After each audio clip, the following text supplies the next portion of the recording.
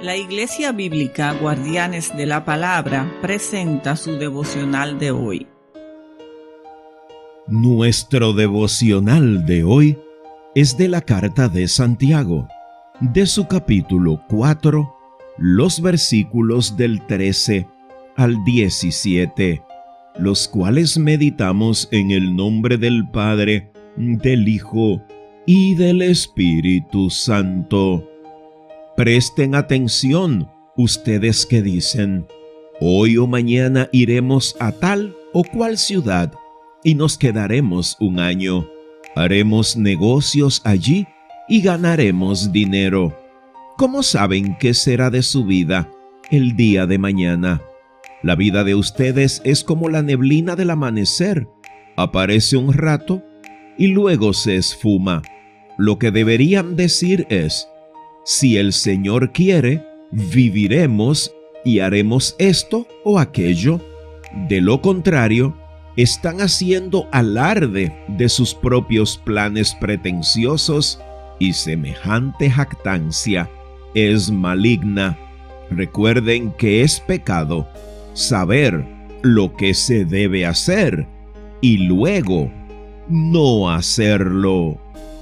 Así nos ha hablado hoy nuestro amoroso Padre Celestial, y la verdad es que una vez más comprobamos, meditando en este trocito de la carta de Santiago, que la carnada que usó Satanás para engañar a Adán y a Eva en el huerto del Edén al principio de los tiempos fue que serán como Dios. 3 palabras. 3 sencillas palabras, pero que encierran el profundo deseo del hombre de ocupar el lugar del Dios Todopoderoso, Creador eterno. Y esto funcionó tan bien, pero tan bien desde el principio, que todavía el día de hoy el enemigo sigue usando esa misma estrategia para engañarnos. Por eso hoy, por medio de Santiago, el Dios Todopoderoso, creador de todo cuanto existe, ese quien sostiene toda la creación con el poder de su diestra, nos advierte sobre el peligro de alardear del poder que tenemos, el cual nos permite andar declarando, decretando y toda clase de cosas como si el poder estuviera en nuestras palabras y en nuestros deseos. Santiago nos enseña con mucha sencillez, claridad y precisión que tal jactancia es maligna. Por lo tanto, no proviene de Dios, sino del propio maligno. Entonces tú y yo deberíamos evaluarnos. ¿Cómo es que hablamos? ¿Cómo es que asumimos las actitudes de nuestro carácter, de nuestra personalidad? ¿Cómo asumimos y enfrentamos las situaciones que llegan a nuestra vida? Tú y yo necesitamos analizarnos. Necesitamos analizar nuestro modo de actuar. Y la palabra de Dios está llena de ejemplos de grandes hombres y mujeres de fe que frente a situaciones complejas, problemas difíciles, males incluso en su propia carne humana, no decretaron, no rechazaron, no echaron fuera, no, asumieron la voluntad perfecta de Dios, que es lo que hoy nos enseña el Padre por medio de Santiago.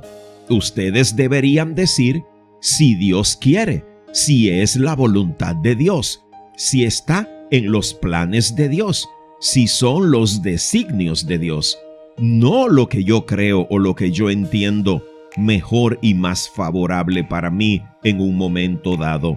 Por ejemplo, si nosotros meditáramos sobre la vida del apóstol Pablo, en 2 de Corintios 12 nosotros encontramos que el apóstol Pablo incluso fue llevado hasta el tercer cielo.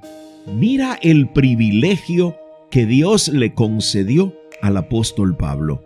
No se lo concedió ni a Juan, ni a Pedro, ni a Felipe, ni a ninguno de ellos. al apóstol Pablo. Y el apóstol Pablo tenía un aguijón en la carne. Él mismo dice de sus propias palabras, un mensajero de Satanás que lo abofeteaba 3 veces al día. Y varias veces, 3 veces le pidió a Dios que le quitara eso. Y nosotros no encontramos a Pablo alardeando primero de su currículum anterior, que era de la tribu de Benjamín, fariseo de fariseos, circuncidado al 8º día, en cuanto a la ley irreprensible, en cuanto al celo de la ley, perseguidor de la iglesia, nada de eso. Tú no encuentras a Pablo reprendiendo al demonio, ni decretando que él no recibe ese aguijón, porque él sabía que era la voluntad perfecta de Dios. ¿Y cuál fue la respuesta de Dios ante las peticiones de Pablo? Fíjate, Pablo no jugó a ser Dios. Pablo le pidió a Dios que le quitara ese aguijón. Y la respuesta de Dios fue, bástate mi gracia. Y asimismo podemos encontrar a hombres como Daniel, que en ningún momento decretó ni rechazó. Fíjate, al foso de los leones, recuerda a los 3 compañeros de Daniel, a esos 3 que tiraron al horno de fuego. Ellos no decretaron ni rechazaron lo que Nabucodonosor le estaba planteando. No, asumieron la voluntad de Dios, incluso si Dios no le protegía. Por eso el apóstol Pablo llegó a decir que para él vivir es Cristo y morir es ganancia, lo que significa que para Pablo la obediencia, la voluntad perfecta de Dios en su vida era lo más importante. Y nuestro Señor Jesucristo, el hombre perfecto, el Verbo encarnado, oró en el huerto de Getsemaní: Señor, si hay otra manera, que pase de mí este cáliz, pero no se haga lo que yo te pido, que se haga tu perfecta y santa voluntad. Fíjate, tal vez por eso oró así Pablo, porque ya tenía el testimonio de Jesús. Pero Job le dijo a su esposa: ¿recibiremos lo bueno de Dios y no lo malo? Dios dio, Dios quitó. Entonces, a todo lo largo de la Sagrada Escritura encontramos que el poder reside en la palabra de Dios y no en la palabra del hombre. Tengamos cuidado de alardear, tengamos cuidado de jactarnos, porque hoy hemos aprendido por revelación de Dios a través de Santiago que tal jactancia es maligna. Entonces, tengamos presente que el poder radica, reside, proviene de la palabra de Dios y no de las nuestras. Que la voluntad de Dios es santa, es buena, es perfecta, es pura, es lo mejor para nosotros. Así que cuidémonos del alarde y de la jactancia, pues si de algo vamos a jactarnos, si algo vamos a declarar, es que se haga la perfecta voluntad de Dios en nosotros por medio de la obra de Cristo Jesús. Amén.